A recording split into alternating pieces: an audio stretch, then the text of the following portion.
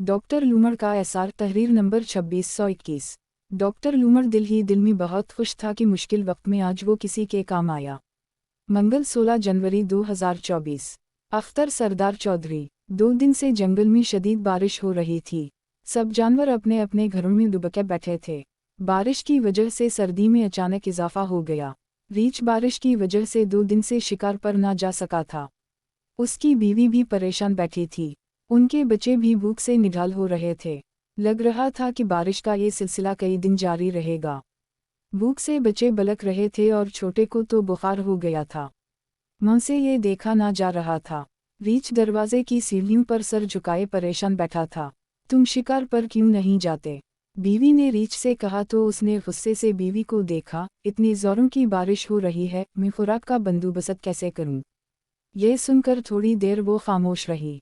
जारी है, फिर कुछ सोचकर नरमी से कहने लगी, कोई गिलहरी, कोई फल, कोई मुर्दार जानवर, कोई परिंदा, कुछ ना कुछ तो खुराक के लिए मिल ही जाएगा। घर से निकलूगे जभी तो मिलेगा। रीछ बाहर बरसती बारिश को देखने लगा। रीछ की बीवी ने थोड़ी देर बाद फिर कहा, बाहर जाओ, बच्चे भूखे हैं। जमीन पर पड़े फल मिल जाएं तो ले आओ। रीछ खामोश ही रहा। नन्हा रीछ ये सब बातें सुन रहा था।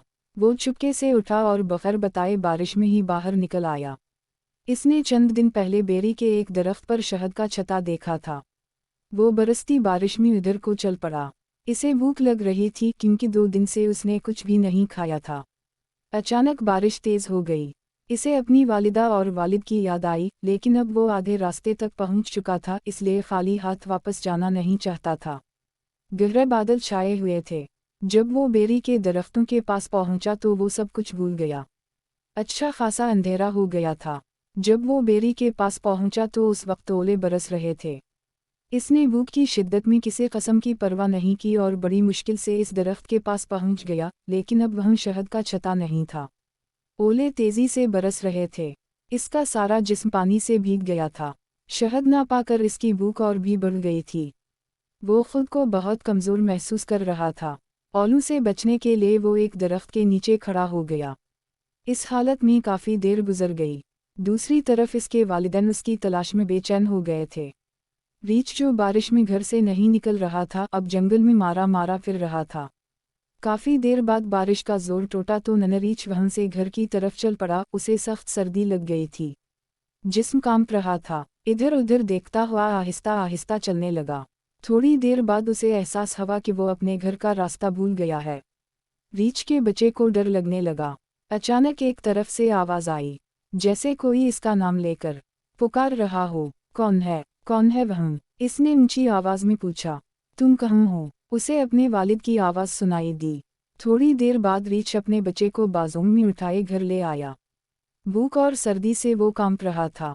इसकी दवा लानी पड़ेगी, माँ ने बच्चे की हालत देखते हुए कहा तो रीछ ने सर को हिलाया। बारिश काफ़ी हद तक कम हो गई थी, लेकिन अभी हल्की फुल्की बारिश हो रही थी। रीछ ने कहा, बारिश रुकेगी तो जाऊंगी। डॉक्टर बंदर, जो डॉक्टर लूमड़ का खास शागिर्द था, उसने अपना अलग क्लिनिक खोल लिया था। डॉक्टर लूमड़ जंगल का सबसे पुराना तबीब था, लेकिन अब वो जंगल के बादशाह शेर की तरह बूढ़ा हो चुका था। इतनी सर्दी में किसी के घर मरीज देखने जाना इसकी सेहत के लिए नुकसानदेह था। इसके बावजूद जंगल के जानवर अपने बच्चों की दवा लेने इसके पास पहुंच जाते और उसे मजबूरा जाना पड़ता। अब इतनी शदीद बारिश में कोई इसका दरवाज़ा खटखटा रहा था और डॉक्टर लूमड़ में हिम्मत नहीं थी कि वो उठकर दरवाजे तक जाए। इसने वहीं से कहा, कौन है? उसकी आवाज़ में बेजारी थी। डॉक्टर साहब, मेरे बच्चे को सर्दी लग गई है, मेहरबानी करके उसके लिए कोई दवा या कोई जुड़ी बूटी दे दी। वो जंगल का एक शरीफ रीछ था, इसलिए डॉक्टर लूमड़ ने कहा, तुम डॉक्टर बंदर के पास चले जाओ, मेरी तबीयत ठीक नहीं है। मैं वहाँ गया था, वो दवा की कीमत में खुराक मांगता है। मैं खुद 2 दिन से भूखा बैठा हूँ, उसे कहाँ से खाने को कुछ दूँ? अलामत वावन। डॉक्टर लूमड़ को इस पर रहम आ गया। इसने कुछ खाने का सामान बांधा और इसके साथ रवाना हो गया। जब वो घर पहुंचे तो डॉक्टर लूमड़ ने नन्हे रीछ को पहले शहद चटाया। शहद सर्दी में बहुत मुफीद होता है। इसके बाद उसे जंगली फल खाने के लिए दिए। डॉक्टर लूमड़ बहुत सारे फल लाया था। सबने थोड़ा थोड़ा खाया। डॉक्टर के कहने पर नन्हे रीछ को जंगली खुश्क घास इलाज के तौर पर दी गई, जिससे थोड़ी देर बाद उसके जिस्म का दर्जा हरारत बेहतर हो गया।